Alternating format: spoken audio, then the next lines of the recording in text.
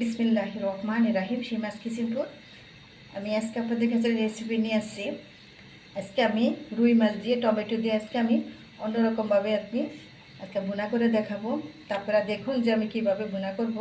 এই ভুনাটা মানে একদমই সহজভাবে সবাই ভুনাটা করতে পারবেন। যারা মনে করেন যে নতুন মানে রান্না করতে জানেন না, তাদের জন্য এটা মানে একদমই সহজ।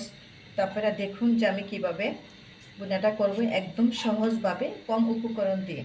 তো আমি প্রথমে এখানে মাছটা ভেজে নিব। তো মাছটা ভাজার জন্য এখানে আমি একটা প্যান বসাইছি। প্যানেতে আমি কিছু পরিমাণে সয়াবিন তেল দিয়েছি। তেলটা আমার গরম হয়ে গেছে। এখন আমি সবগুলো মাছ দিয়ে দিব। তো আমার সবগুলো মাছ ভাজা হয়ে গেছে। এখন আমি সবগুলো মাছ তুলে ফেলবো। তো আমি এখন দিব পেঁয়াজ কুচা।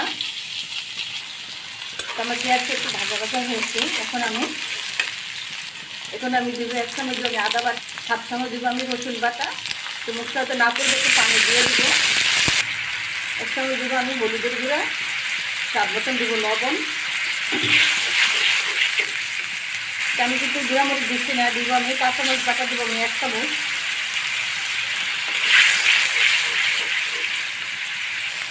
আমি মশলা এখানে 10 মিনিটের মতন কষাইছি।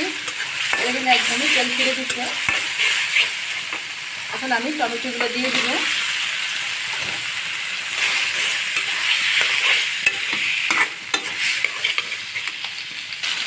আমি এখানে আরও 15 মিনিটের মতন কষাইছি টমেটোটা। এখন আমি তেলের মতন পানি দিয়ে দিব।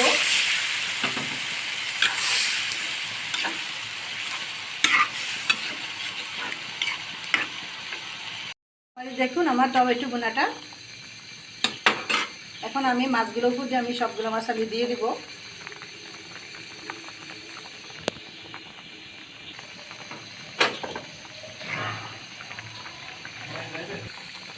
আমার এই যে মাছগুলোটা আমার হয়েছে। এখন আমি উঠে দিয়া কিছু বাদা জিরাগুলো দিয়ে দিলাম।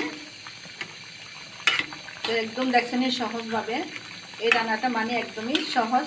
যারা মনে করে রান্না করতে পারেন না, তাদের জন্য একদমই সহজ টমেটো ভুনাটা।